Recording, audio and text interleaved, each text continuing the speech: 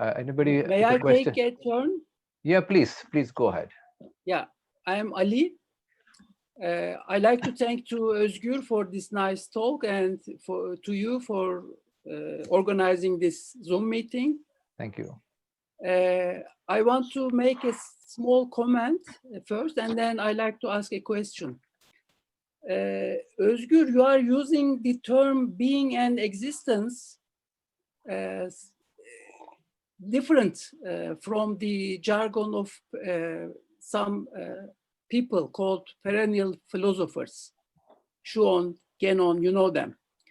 They use the word being for the higher state and existence for the mevcudat. You are just crossing them. This is just a comment. I like to take your attention to this. My question is, could you please give an example or small explanation, if it is possible, how Razi uses Euclidean geometry to defend atomism? Yeah, I can. For the first comment, yes, I am aware of perennials literature and how they use the concept of being. The Schuon, for example, right, starts from beyond being, then being, and then the mevcudat and the others, right, the manifestation. Yeah. Now beyond being, and the manifestation. And in my as far as I understand, beyond being there is referring to God as the impersonal, ineffable, right, the absolutely infinite. And the being there becomes where God becomes knowable, becomes personalized, and there's like a descent. So and then manifestation, as if there's three, quite a Neoplatonic conception. He himself was it, right there.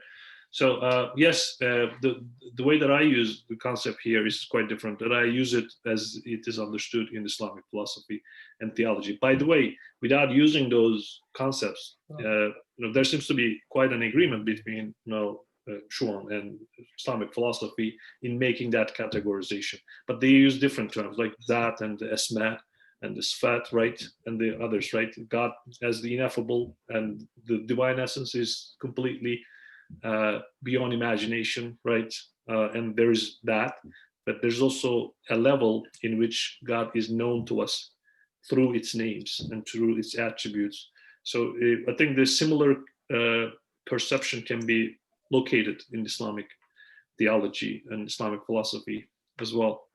But the way that I use it, like the wujud, as it is used in Sufi metaphysics, as it is used in Islamic philosophy, I believe Schuon also seems to have a lot, of agreement on that, on that type of use, when it comes to his ontology.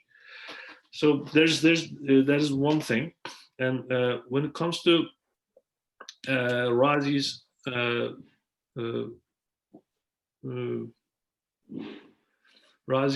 arguments and how he uses, for example, Euclidean geometry. Let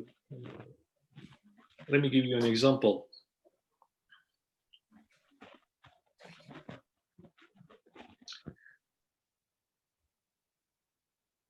Let me try to find one here.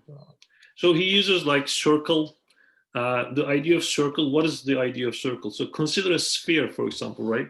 On a level surface, right? Consider a sphere on a level surface. The point of contact between the sphere and the surface has to be an indivisible point, right? Yeah. An indivisible point. So if not, the sphere would have a multiple points of contact, right? If not, and in this case, it would have level surfaces or lines, thus not be a true sphere, right? Thus the idea of infinite divisibility is evidently false if the sphere is to remain a sphere. So he uses logics like this. The point for him is to argue against or for the indivisible point, or the idea of infinite divisibility. So Aristotelian hylomorphism, which starts from the assumption that there is no end to divisibility. The infinite divisibility then loses this atomistic indivisible point idea, right?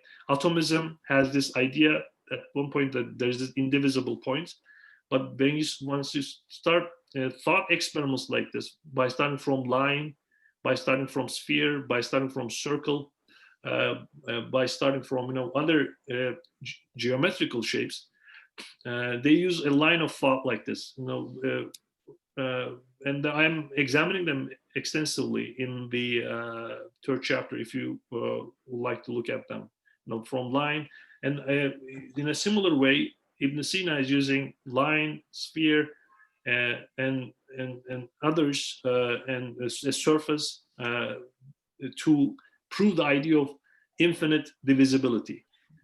Razi is using them to disprove the idea of infinite divisibility.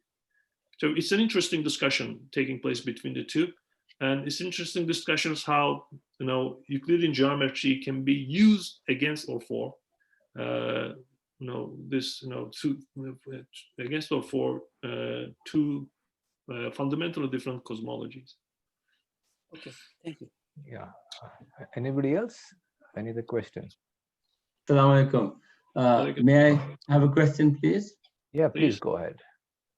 Okay, first of all, I'd like, if I may, like the previous speaker, give a small comment, and that is when we were speaking about fire plus cotton equals burning, and then divinity comes in and stops it, like Rasul Ibrahim alayhi salatu wasalam in the fire.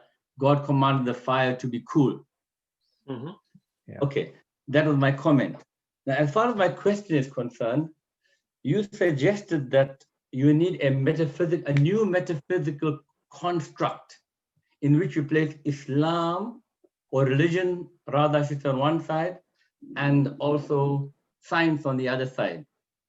Now, for example, in Rasulullah sallallahu alaihi wasallam's time, religion and science was in the same sphere.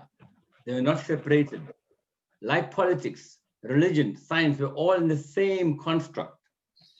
Even, for example, Henri Boussaïl, the famous French Muslim, he says in his book La Bible, Le Coran, La Science, that you cannot really separate them. Religion, in other words, and science are in the same metaphysical construct. Now, I would like to ask you, why do you feel when Rasulullah in his time, and among the modernists, for want of a better word, you have Henri Boussaïl stating something similar, why do you feel that you Maurice need Bucaille. a new metaphysical construct for science and religion to be placed in? I think you're referring to Maurice Bucaille. Maurice, not Henry, my apologies. Maurice, my apologies, Maurice.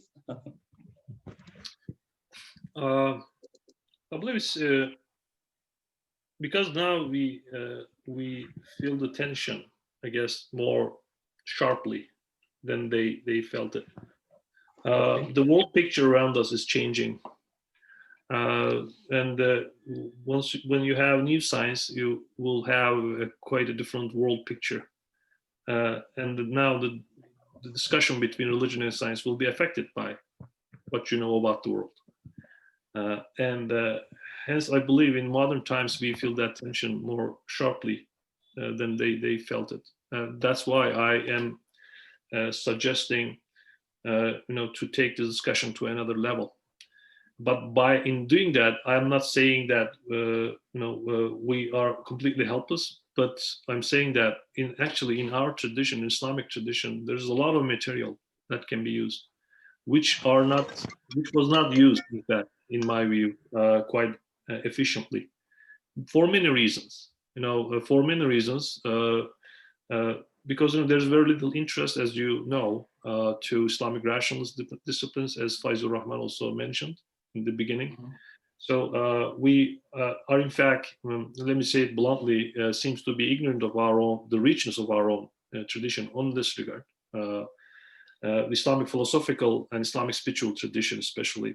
There was some interest in the Kalam tradition and jurisprudence, right? That as if in the 20th century they seem to be dominating the discussion taking place in the Islamic world, but they're believed to be quite marginalized. What Islamic philosophy and spirituality has to offer when it comes to these discussions. And there are, as you also mentioned, there are some certain attempts which wants to bridge the gap, or answer the or release the tension between religion and science. But I believe they are valuable, but I don't think they are sufficient, to convince everyone or to convince many people. When especially the idea of this, this, how should we put it, like this bouquetism, right? This there is this scientific development. Oh, look, I have a verse in the Quran which actually, which actually is telling me, what you just found in the 20th century. I believe this type of I think this doesn't seem to be flying. Let's put it that way. Because science also is a tentative area. What if science says after like 2 decades something quite different from what it's saying now? So as if you're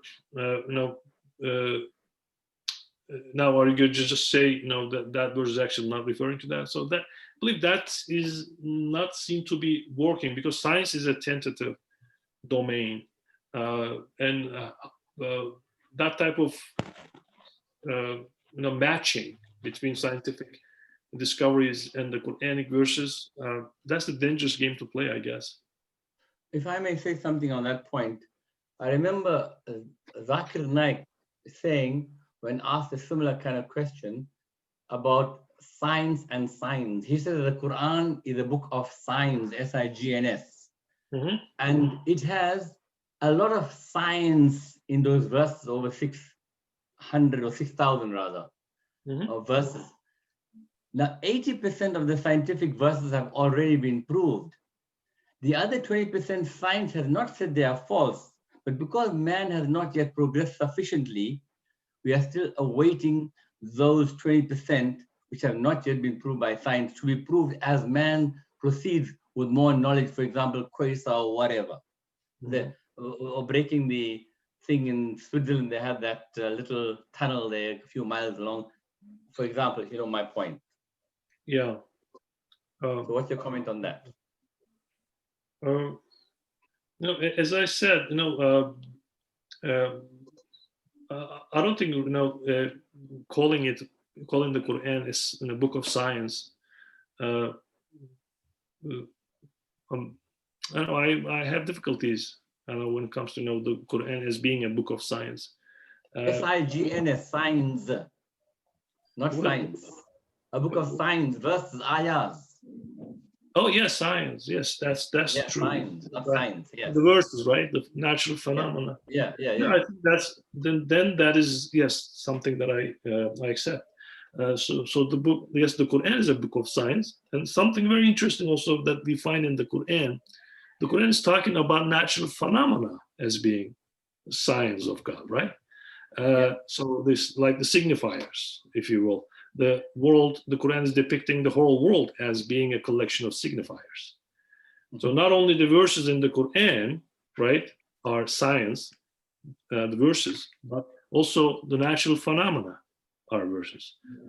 So the way that the Quran speaks about natural world is very interesting. I mean, very also matchless, if you will. I mean, I'm also looking at other religious, books and scriptures. When it comes to emphasis on nature and its presence in the text, the Quran is quite matchless, actually. Every verse, is, every chapter, and is starting from, with nature. Most of the chapter names, if you think about it, right, in the Quran, are taken directly from nature, right? From At-Tariq to Ash-Shams, right? I mean, from the sun, Al-Qamar, right? The moon, Al-Baqarah, the cow, right? If you just look at the list of the names in the Quran, And and most of them are taken from nature, either from sacred history or nature. So the heavy presence of nature in the Quran is something itself, right? We are fortunate as Muslims to have that kind of presence of nature in the Quran. And the Quran also describes nature as being, right, in a state of cosmic prayer, if you will, right? Right? Whatever in in the heaven or earth, right? They are exalting God. They're reciting His names. They're in a state of prayer, and also in different places it refers to them as being in a state of prostration. And so they're participating in this whole harmony, this cosmic harmony, this cosmic religion, if you will. So Islam then becomes the name of this cosmic religion, right? Everything is submitting to the will of God.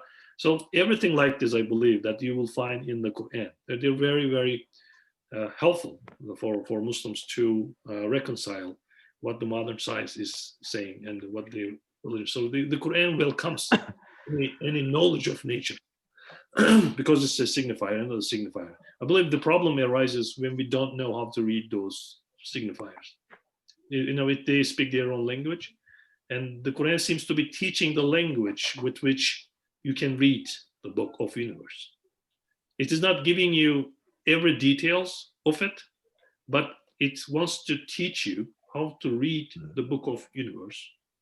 It's actually like a linguistic training, if you will, linguistic training of the reading the cosmic science. And how do you do that? Usually, again, another thing that we learn from the Quran, that the divine names, right?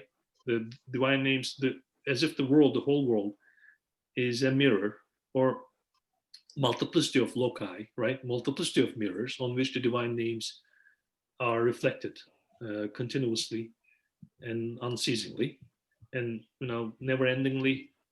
So that is the worldview that it seems to be leading us to. So there's that. So I agree with that type of reading of the Quran. But my concern is that the Quran is giving us the language and teaching us the language, but doesn't give us all the cosmic details that we will find in the Quran, in the cosmos. So it doesn't give us all the details of the cosmic book. It teaches us how to read the book, from a more, say, spiritual, from a more religious perspective. So how to read it, how to write, how to take the lesson from it. That is the thing but doesn't give us all the details. So trying to find those details in the Quran, I believe, is a fruitless effort. So I think the two things shouldn't be confused. The Quran is changing all the universe into a spiritual joy, into a spiritual experience. Our presence in this cosmic, state, that is turned into a spiritual lesson and joy and awful being, right? In being in a state of awe, if you will, right? We find that, but not the details of the cosmic story and the cosmic history. Trying to find them in the Quran, that's what I have trouble with. I think the two things shouldn't be confused. Was that clear? Yes, thank you very much. Was that clear? Yeah. Say, the trying to find, the distance between sun and the earth, right? Or things like that. As if, let me give you another example. We can find from the Quran a lot of moral and ethical guidelines, right? Which may help us to guide our lives, but not all the details of human societies. Perhaps they say, we are driving, right? When you go out, and when we are driving, there are a lot of rules that we follow, right? You turn right, you turn left, right? There are a lot of rules happening. So trying to find those details in the Quran will be a fruitless effort, I believe. Absolutely. But we can find general guidelines which will guide you when you're driving, such as respect for human life, such as respect for others, such as things like that. So the Quran is with you when you're driving all the time, the Islamic teachings, the principles can be with you all the time. But trying to find those details by starting from the Quran is not really gonna take you anywhere.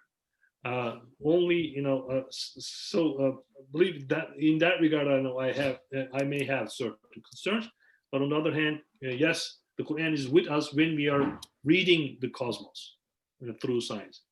But it's not a book of science, as we know, not the signifier, but the science. It's not a book of. Sure. That's Thank my. you. Yeah. Are there anyone with more questions? Assalamu alaikum. This is Afsar Ali in Chicago. Yes, area. Afsar sir, please go ahead. So finally, Um, you're on the camera, Afsar sir. Yeah, actually, after your threats to Yeah. cause harm to me and send your henchmen, I figured. Yeah.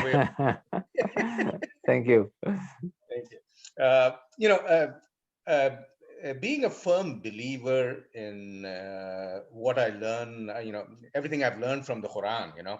I'm a firm believer in Quran as being a divine book, and I find nothing in there that is at odds with science. At the end of the day, what is science? Science is, essentially observing, empirical data and trying to form laws, understand by observing. And that's what Allah subhanahu wa ta'ala throughout the Quran says. And in my understanding, faith, if it is going against reason and science, what you observe. When I say a science, I'm talking about established science, not junk science. In faith that goes against science is no faith at all. I would reject those kind of faiths. Now, that said, I'm more interested in instead of spending too much time on what somebody said 1,000 or 1,100 years ago. I'm more interested in the effects of those theologies, whether it be Ash'ari. In fact, as of now, I cannot even say for sure what was Ghazali implying. Because Ghazali himself, you got to look at are you listening? Are you reading his the issues he had in his personal life? Pre-crisis versus post-crisis. Initially, he was a big rationalist. And then after the crisis, I guess maybe he realized his shortcomings, inability to understand fully what's happening in his life. So maybe he did account for those uncertainties and moved more closer to what you may refer to as the Ash'ari school of thought. But anyway, the implications, I'm more interested in the practical implications of one theology versus the other. And what do you think about the downfall in terms of maybe the killing of the Muslim mind and the influence of Ash'ari thought? Do you think there's a strong correlation between those two, anti-rationalistic approach? Do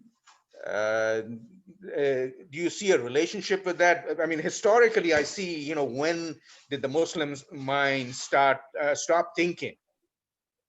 And the prominence of Ash'ari thought. Do you see a strong correlation between that?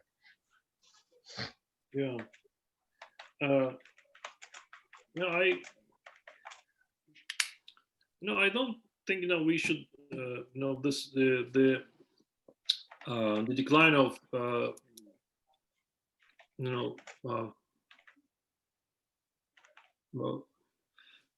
I don't think we can blame one thing, when it comes to, if there's a decline, I don't think it's hard to blame Ash'arism only.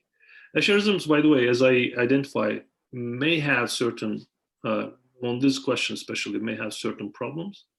As I agree with that, but it is a strong school. I mean, one must acknowledge it has its own advantages too.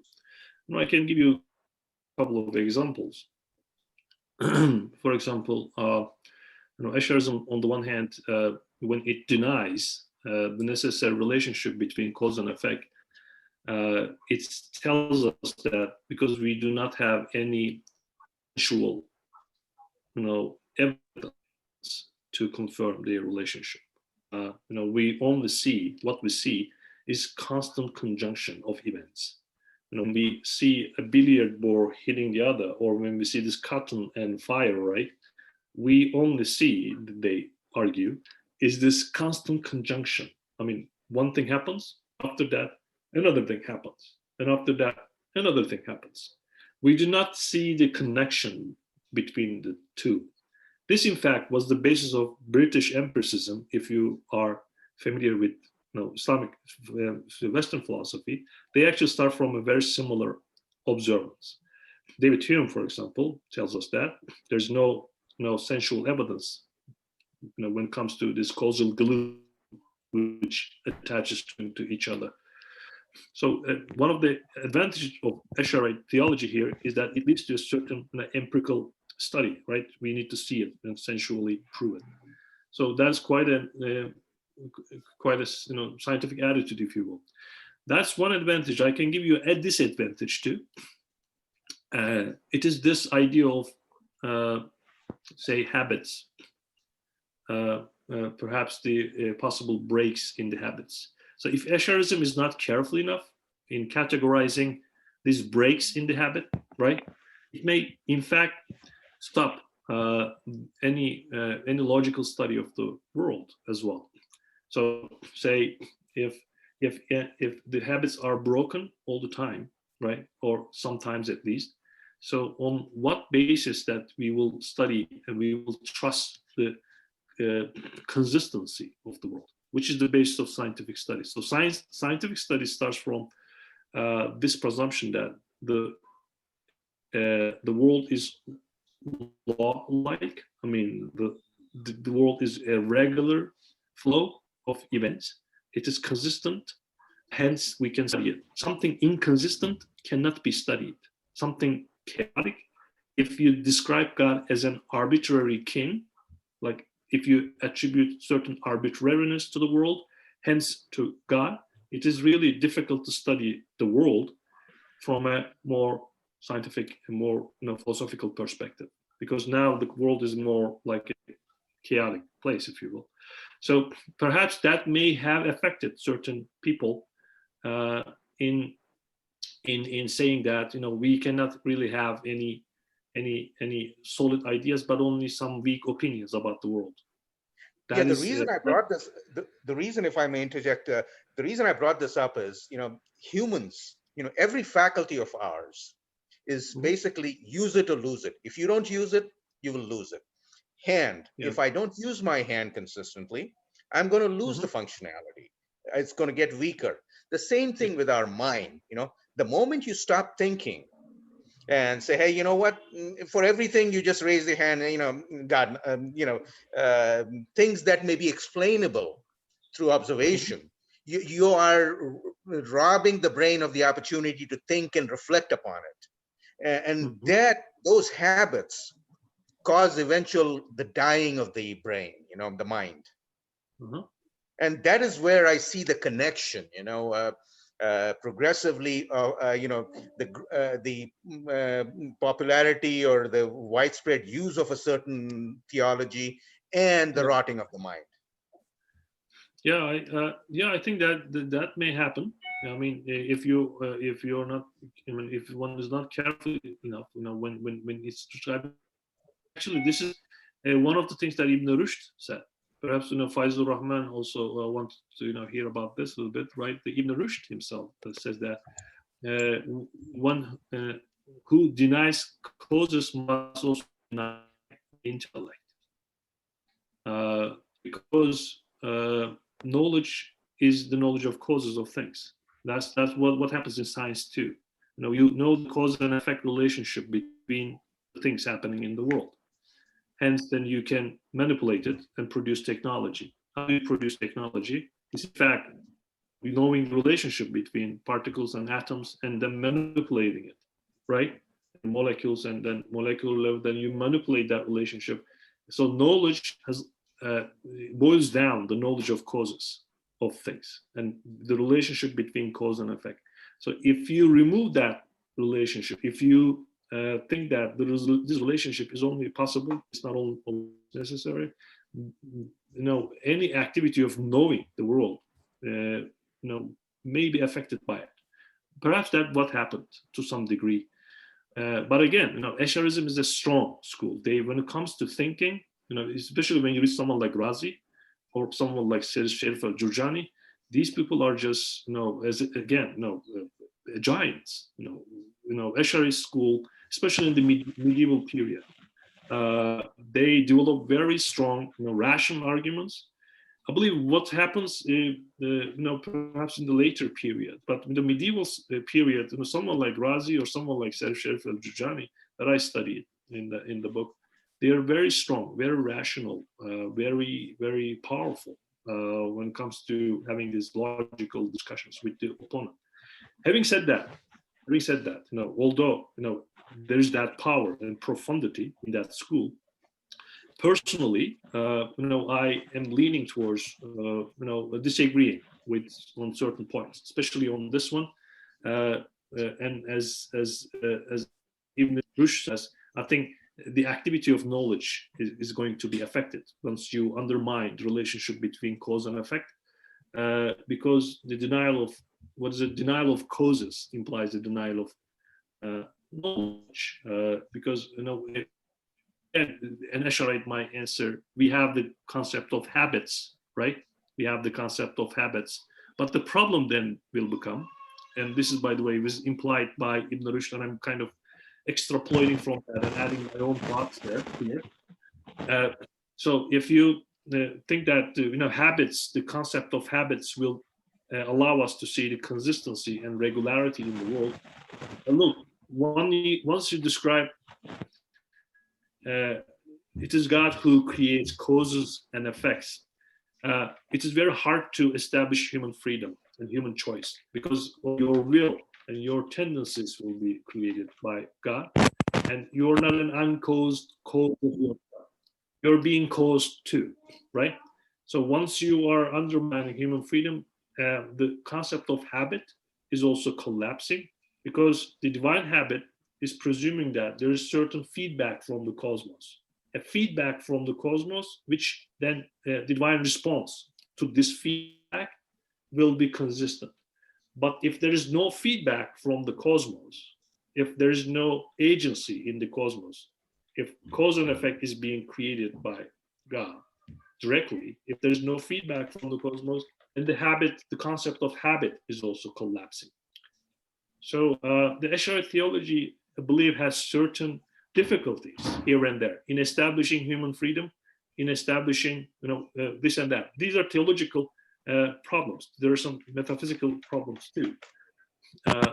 However, when it comes to thinking deeply and strongly, we see that in Esharite theology, in Kalam tradition. I loved every thinker that I studied actually in the book, from Ghazali. And by the way, you're right. Ghazali as Tahafut is an early book. I mean, Ghazali then had his own personal crises, right? Ghazali's Tahafut, that I believe he wrote it at an early age. And there he attacks Ibn Sina and Al-Farabi, right? And by the way, in his later books, and this is my reading, right? In his later books, and I kind of also referred this in the book too. In his later books, such as Mishkat al-Anwar, and such as Al-Ihya, especially in Mishkat al-Anwar, he actually borrows a lot from Ibn Sina. He goes towards, he leans towards the, towards his later life. I mean, towards the end, especially when he's describing this metaphysics based on the concept of light.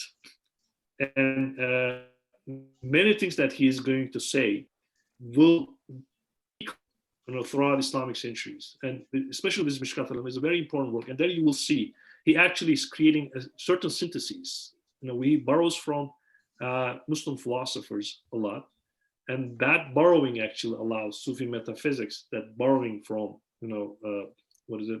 Borrowing from Islamic philosophy. So Islamic philosophy was not dead. He actually lived in places like Sufi metaphysics, and that is coming through books like Mishkat al-Anwar, and also then goes to Sohrawardi and others. So what I'm briefly saying is that Ghazali is a complicated figure. In Tahafut, he is a theologian. He's coming from the Kalam tradition and quite staunch, right? That is in Tahafut al-Falasifa, an early book. But towards the end, he moves more towards what I describe as this more participatory theories, more Islamic philosophy and more Sufi metaphysical tradition. So that there's that move in Ghazali's life. So you're right. So I think we have almost come to at the end of our program. Perhaps we can just take one more question. If somebody is there, they can ask, or perhaps otherwise we can bring it to a close. We're almost nearing 2 hours now. It must be tiring for Ozgur because he got up very early in the morning for this program. Mm-hmm. I can take one more question. Yeah, we'll take one more question. Yes, if there's anyone. Please unmute and ask.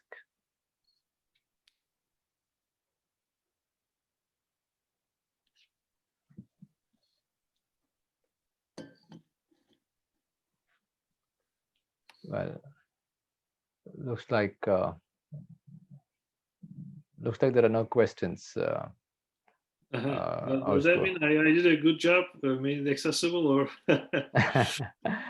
was everything clear? Yeah, I hope so, because and a lot of people also wait for these programs to be uploaded on our YouTube channel, where they watch it at leisure. So I'm sure they're going to watch you again and try to understand more. And perhaps I think what I suggest is they must buy your book and read Islam, Causality, and Freedom.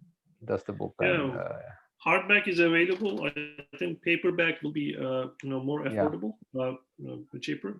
Yeah, I think they can buy the Kindle version for the moment, right? It's going to come out soon. So paperback will come out soon. Okay. So please do so and ask me any question that you might want to have. If I may ask one quick question, based on, this is related to the organization Bayan Claremont.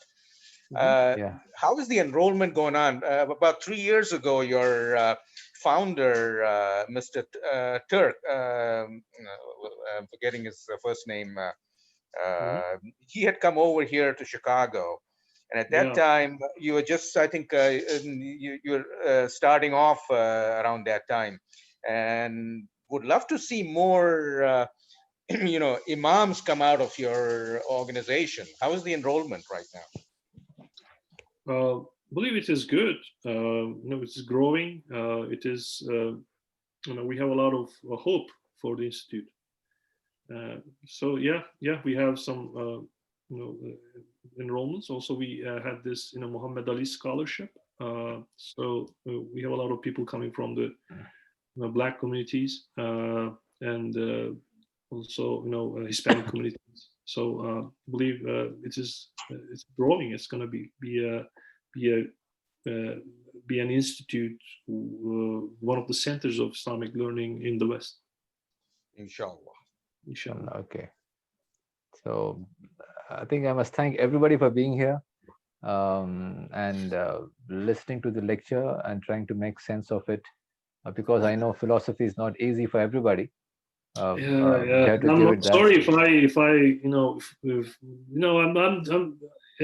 I'm usually good at making things accessible, but sometimes the topic itself is. I know.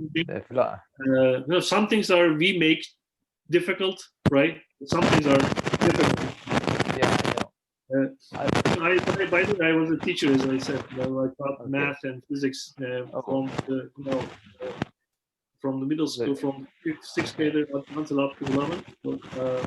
But you are good at Euclidean geometry too. Yeah, I thought that too. Yeah. Okay, wonderful. Wait, one quick question, brother. Personal. Where are you from originally? I'm from Turkey. I thought for which part, because I've driven all over from both sides, from here and from the Middle East. Yeah. Where are you from? Which part of Turkey? I'm from this city called Çanakkale. Perhaps it doesn't ring a bell, but when I say Troy, this Trojan Troy. horse, Troy, It is called Çanakkale. Çanakkale. Çanakkale, yeah. You know that Yeah. Trojan horse, right? Yes. Helen of Troy. Yes. I'm literally a Trojan, perhaps. Alhamdulillah. Very interesting. Thank you very much. So talking about philosophy, what you just Okay, said, Ozgur. Thanks for having me. What is it? No. What I was saying was, you said that sometimes become difficult to explain, even for a good teacher. Is it because of this? Did Ghazali call it Tahafat al-Falasfa? Yeah, Tahafut al-Falasfa. Yeah. Yeah, Tahafut al-Falasfa is not an easy book to read. I know. You know, it requires some time, and some books Yeah, I know. can only be read slowly. I know. Tahafut is one of them. Mishkat is another one. No, you can read Ihya quite, I believe, you know, it's easy. But when it comes to books like Tahafut or Mishkat, I believe, say in a school context, at least one semester with you know, some interested people, I think we can start doing justice to the complexity of it.